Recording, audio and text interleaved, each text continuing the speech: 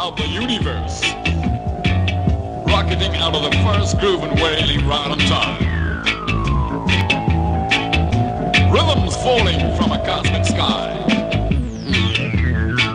Rhythms so beautiful, they make even babies cry.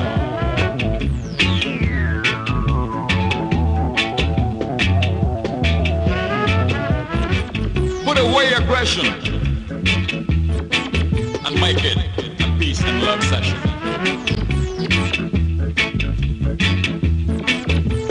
Wipe a tear from your loved one's eye.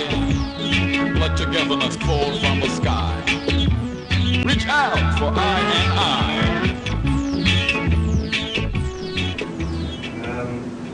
The program for tonight is going to be that we have some presentations from two leading experts in the field within South Africa. We have the hard sciences field, Professor Wayne Derman. He's the Chief Medical Officer of the Olympic team, and he represented us in Sydney and Athens in 2000-2004. And he's in private practice. He was personally selected by Mark Shuttleworth to train him to go out into space. And we have the esoteric sciences with Ron Susskind.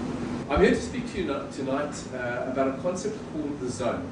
And we've been working at the Sports Science Institute with this concept with our athletes and our patients for a while now. And I wish to introduce this concept to you. What I mean by the zone is this area here.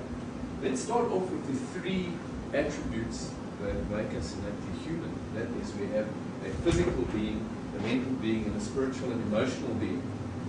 And all of us at some point in our lives have noted that there is this small area where when we are at peak performance in our physical nature, mental nature, and spiritual, emotional nature, all at once, a type of coherence in those three spheres, we are in a very, very special place where achievements are phenomenal.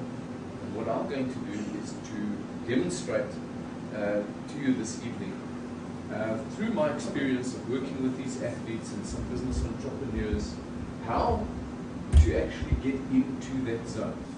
Can you master your physiology? Can you now train the brain to make the body work differently?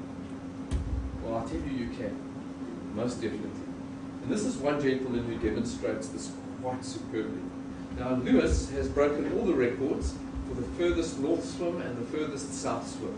And he makes 21 minutes in water that would kill you or I if we got into that within a couple of minutes.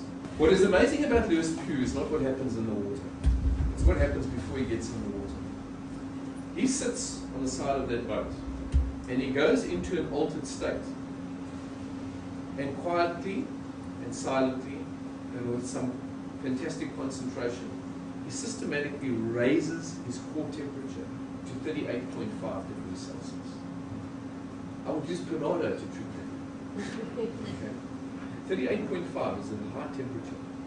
He is storing heat so that he can now submerge his body in these cold waters and have a latent period before he gets so cold that his brain switches off all the current going to his muscles and he becomes further hypothermic and can then die. So this is a phenomenal individual who demonstrates this ability. This is the same kind of thing that the monks do, that the Buddhist monks do, where they can dry towels of freezing cold water that have been placed on. Because not only can we read from two areas here on the human brain, we can read from about 150 areas on the human brain. And we're able to tell in a lot more detail the EEG of the human brain. Shahid Talib in our department has been working with cricketers and he's really done some extraordinary work. He's taken batsmen and using this net-like contraption to go over the head, he's got the batsman here, head's cut off like this, there's the nose, there are the ears. And here is the brain activity. We put them in front of a big screen and show a fast bowler coming up on that screen and bowling straight at you. And that batsman has to react to what they're seeing on the screen in front of them. And literally what we're doing is following the pathway of exciting that ball all the way as it goes through to the visual cortex at the back side. Now what we've found is that as the bowler comes up to the screen, and before they release the ball at the top of the delivery stride, when the ball is still in the hands of the bowler, the athlete does something very unusual. Instead of the brain being absolutely fired up and active and red hot and waiting to hit, he does exactly the opposite. He goes into an ice cool zone. And that zone is this color of that light green. He zeroes out his brain. And it is during that time that the batsman decides where he's going to play the ball, how he's going to play it, with what amount of force, and probably how many runs that he's going to score during that time. What is really interesting is you can see that the novice batsman gets into the zone much later than the expert batsman, and the expert batsman stays there for a longer period of time. So this is something that we can hopefully train in our athletes. It might be meditation. It might be prayer. You notice there's a big difference. I haven't spoken about religion. Spirituality is different in my book to religion.